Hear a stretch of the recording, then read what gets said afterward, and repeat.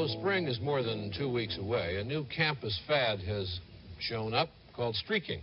Streaking consists of racing naked down the block before an audience and then racing for cover before the police arrive. Oh, yes, they call him the streak. Look at that, fastest thing on 2 feet. Streaking was a national phenomenon. And it was going all over the nation, and we wanted to be the first fraternity to streak UTEP. We wanted to be famous for that. Other UTEP students sought naked notoriety as well. Wednesday morning, March 6th, streaking goes center stage. A lone man wearing only a ski mask darts down University Avenue. Festivities would escalate. People were shoulder to shoulder. I would guess that there were at least 5,000 students there. And I said, oh my God, what's all this crowd? And I couldn't cross the street. And it's like all of a sudden this one guy just cuts across me. It's like, whoa. Look at that, he likes to show off his physique. If there's an audience to be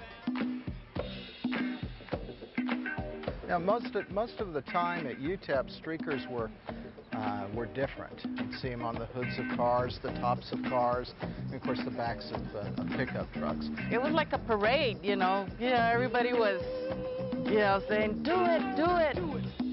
Do it, Whatever it is. What was the rush like? Well, taking all your clothes off in front of 3,000 people is rather scary. It really is. And that's one of the reasons I had that mask on. I didn't want anybody to see how freaked out I was. And as I was running down the street here, they filmed me from the back end. And it just so happens that my mother recognized my rear end and called me about 10 minutes later and asked me if that was me on the TV.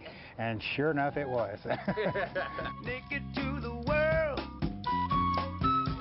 In front door. Some called it the most popular sport on campus. We didn't want the university police involved so that we wouldn't get an adverse reaction to it. It was a time when students felt free to express themselves, to fight for what they believed in. But school officials wanted the streaking stopped. Dean McCoy was threatening expulsion. And he said, we're going to expel them unless the crowd disperses in an hour.